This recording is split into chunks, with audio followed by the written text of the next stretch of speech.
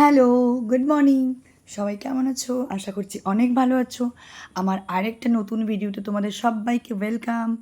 আর আজকে দেখো উল্টো রথ, কিন্তু এই যে সকাল থেকে বৃষ্টি ঝরতেই আছে ঝরতেই আছে, জানি না এটা কতক্ষণে থামবে কি থামবে না। তো আমার কিন্তু গলার ভয়েসটা বসে গেছে, জানোই তো আমার গলার প্রবলেম আছে, তো একটু ম্যানেজ করে নিও। আর সকাল থেকে উঠেই এই যে আজকে কিন্তু উল্টো রথ, কিন্তু তবুও এদের স্কুলটা ছুটি নেই, কারণ সব স্কুলের তো সেম কোনো রুলস থাকে না। কোনো স্কুলে তোমার উল্টো রথেও ছুটি দেয় আর রথের দিনও ছুটি দেয়, কিন্তু এদের স্কুলে মাহি যে প্রথম স্কুলে পড়েছিল না, সেই স্কুলেতেও উল্টো রথেও ছুটি থাকতো না। তো এইবারে যে নতুন একটা স্কুলে ভর্তি হয়েছে, এই স্কুলেতে উল্টো রথে, কিন্তু উল্টো রথে এদের মানে ওখানে খুব নাচ গান হবে, পড়াশোনাটা কম হবে, বা স্কুলটা যেতে হবে। তো সকাল থেকে উঠেই এই যে দুজনকে রেডি করিয়ে যেহেতু আজকে উল্টো রথ, তো আজকে আমাদের ক্লাস ছিল, কিন্তু ক্লাসটা ক্যান্সেল হয়ে গেছে।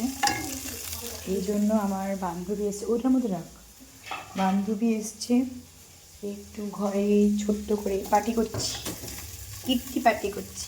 কোয়ার্টারে থাকাকালীন এরম করে টি পার্টি হতো, এখানে ওটা টি পার্টি নয়, এটা ভাত পার্টি। তো তোমাদের সঙ্গে আজকে আমি কিছু কথা শেয়ার করি। প্রথমে বলে দিই যে আজকে আমি কিন্তু কোনো বাজারে গেলাম না, কারণ তোমরা দেখতেই পাচ্ছিলে। আমার বান্ধবীকেই বলেছিলাম যে তুই যখন বাজার থেকে আসছিস ওই দিক দিয়ে তো সব কিছু নিয়ে আসবি, তো ওই নিয়ে আসছিলো। তো এইবারে বলি, আমাদের চারজনের না খুব মিল ছিল।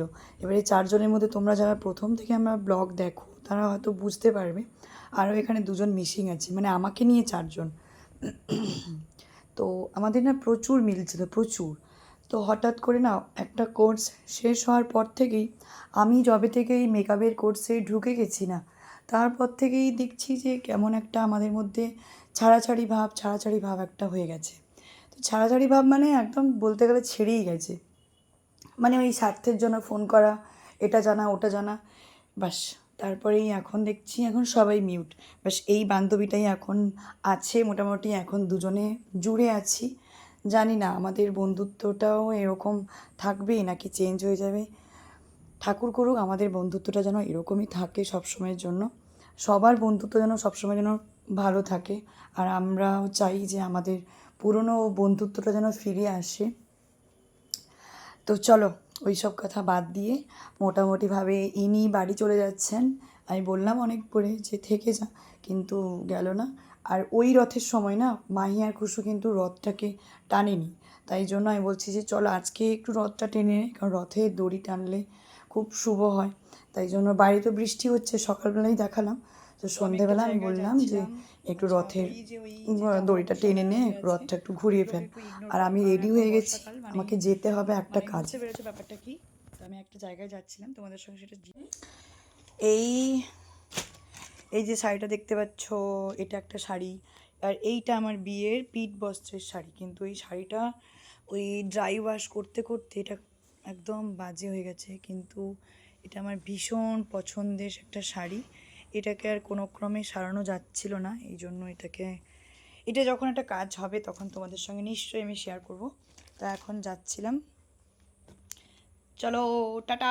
তো ওই শাড়িগুলোকে মোটামুটি বাস স্টপে যে বোনকে দিয়ে চলে এসেছিলাম। তারপরে আমার একটা পুঁতির একটা নেকলেস ছিল, ওইটাকে ঠিক করার জন্য দোকানে দিয়ে এসেছিলাম। তারপরে ভাবলাম যে চলো বাজার থেকে একটু ঘুরে আসি, কেমন কি মাছ টাছ এসছে নাকি। আমি জানতাম হয়তো যেহেতু উল্টো রথ সেহেতু আসবে না, তারপরে দেখলাম যে ইলিশ মাছ এসছে, তো ইলিশ মাছ নিয়ে নিয়েছি। আর এই দেখো ওদেরকে যেহেতু মেলাতে নিয়ে যায়নি, ওদের জন্য এই বাবলগুলো নিয়ে এসেছি।